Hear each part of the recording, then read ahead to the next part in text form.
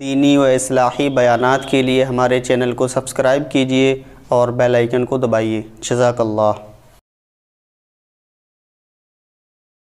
تو فرشتوں کا جو وجود ہے یہ قرآن و سنت سے بھی ثابت، پھر تورات اور انجیل سے بھی ثابت ہے۔ یہ حضرت موسیٰ علیہ السلام، عیسیٰ علیہ السلام، یہودی بھی مانتے ہیں، عیسائی بھی مانتے ہیں، مسلمان بھی مانتے ہیں کہ تمام پیغمبروں نے بتایا ہے، اور یہ بھی بتایا کہ یہ انسان کی مدد بھی کرتے ہیں اور انسان کو اللہ کے حکم سے نقصان بھی پہنچاتے ہیں۔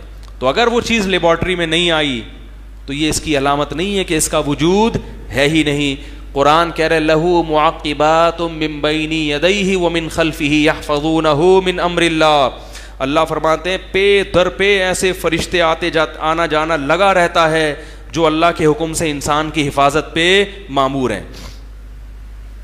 تو صرف ایک نہیں ہے، ہر وقت فرشتوں کی ایک لائن لگی ہوئی ہے جو انسان کو بہت سارے شر سے بچا رہے ہوتے ہیں۔ آپ کہہ سکتے ہیں کہ جتنے شر اس وقت تک دریافت ہوئے ان سے بچانے کے لیے تو تحقیق یہ ہے کہ فلاں چیز سے فلاں چیز بچاتی ہے، فلاں سے، تو کون سا شر ایسا ہے جو فرشتہ بچا رہا ہے بھائی جراثیم ہے نا، اس سے بچنے کے لیے ہمارا اندر کے جراثیم ہیں، تو ہر چیز سے بچنے کے لیے کوئی انتظام ہے۔ سردی سے بچنے کے لیے کمبل ہے، کیا خیال ہے بھائی؟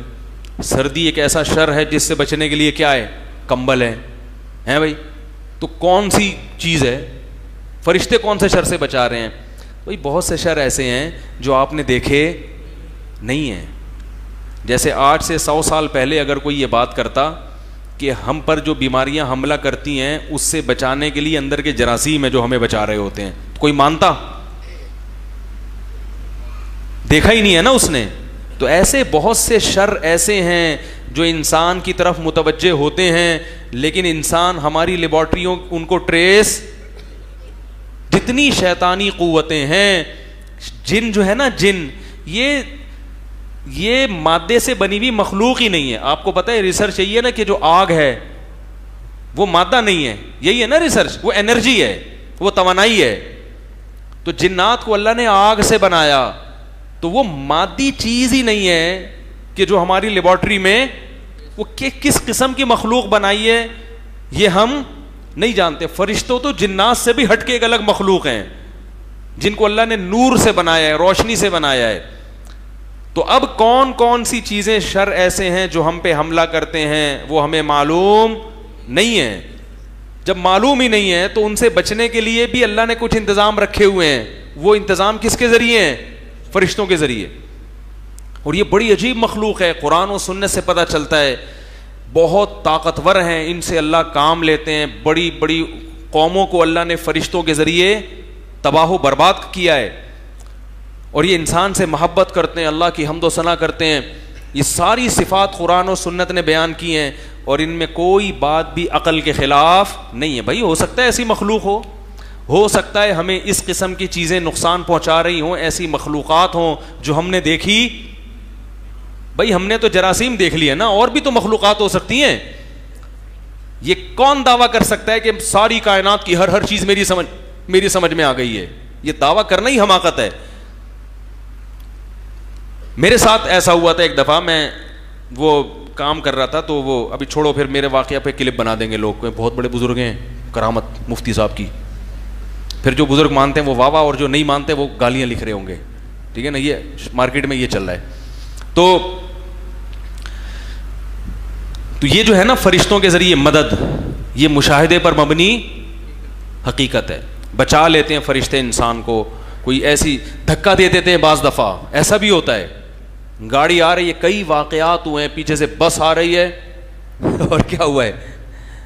ایک چھوٹا سا واقعہ میں بتاتا ہوں، اس میں کرامت کا اتنا عنصر نہیں ہے، کرامت کا عنصر نہیں ہے، تو چونکہ اس میں کی لاجک بھی ہے تو اس لیے وہ بتا دیتا ہوں۔ مجھے یاد ہے میں ایک دفعہ جا رہا تھا، تو ہم بچے تھے نا، ہماری عادت تھی ٹیکنیکل قسم کے کچھ الٹے سیدھے کام کرنے کی، کوئی یونیک قسم کا مارکیٹ میں کام لے کر آئے۔ تو وہ تندور سے گھر والوں نے روٹیاں لینے کے لیے بھیجا، تو میں روٹیاں لے کے آ رہا ہوں، تو میرے ساتھ میرے کزن بھی، ہم نے کہا اوپر دیکھ کے چلتے ہیں آسمان پہ۔ بچے تھے نا، نئی شرارتوں کا شوق ہوتا ہے، کیونکہ وہ تقریباً 1 کلومیٹر کا فاصلہ تھا، تو ہم نے کہا کہ ہم اتنے دنوں سے تندور آ رہے ہیں، اب یہ تجربہ کرتے ہیں کہ اوپر دیکھ کے ہم گھر تک پہنچ سکتے ہیں کہ نہیں پہنچ سکتے۔ یعنی اندازے سے چلتے ہیں ستاروں کو دیکھ کے. نہیں آ رہی سمجھ میں؟ اوپر دیکھ کے, آسمان پہ دیکھ کے چلیں گے, چلتے چلتے نا اندازے سے کون پہنچتا ہے اور کون کہیں اور نکل جاتا ہے. اب کیسی بے وقوفی بھائی, کچھ اللہ کا, لیکن بچوں تو بچے ہوتے ہیں. اب مجھے یاد ہے میں اوپر دیکھ رہا ہوں اور دیکھتے دیکھتے دیکھتے دیکھتے جا رہا ہوں, مجھے خیال آیا بھائی کہیں بس سے نٹ, کیونکہ سڑک بھی تھی, کوئی ٹکرا نہ جاؤں. بالکل ایک پوائنٹ پہ آ کے نا مجھے خیال ہوا ہے کہ ایک دفعہ نیچے دیکھ لو. نیچے دیکھا, کھلا ہوا گٹر, ایک قدم اگر آگے ہوتا تو یہ واقعہ سنانے والا آج اس کائنات میں موجود نہ ہوتا. آپ کہتے بھائی ایک تھے, آپ کیا کہتے ہیں, بلکہ کہتے ہی نہیں, ہمارے گھر والے کہہ رہے تھے بھائی ہمارا ایک بچہ تھا, والدین کہہ رہے تھے ایک بچہ تھا. تو اور مرا کیوں, وجہ موت کسی کی سمجھ میں, جتنے بھی محققین بیٹھتے وہ لکھتے کہ بچہ اللہ نہ کرے کیوں مرا, کسی کی سمجھ میں نہیں آتا, کیونکہ اس اسٹائل میں تو کوئی بھی نہیں مرا ہوگا بھائی صاحب.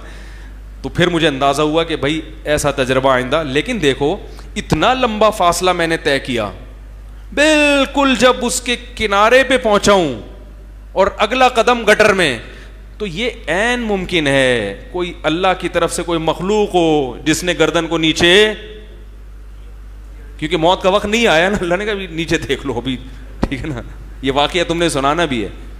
یہ بھی ممکن ہے کوئی اتفاقی واقعہ ہوا ہو, بس اللہ نے بچایا تو اللہ نے دل میں ڈال دیا. تو ایسے کام بعض دفعہ اللہ فرشتوں سے بھی لیتا ہے, وہ آ کے گردن موڑ دیتے ہیں آپ کی, ٹھیک ہے نا.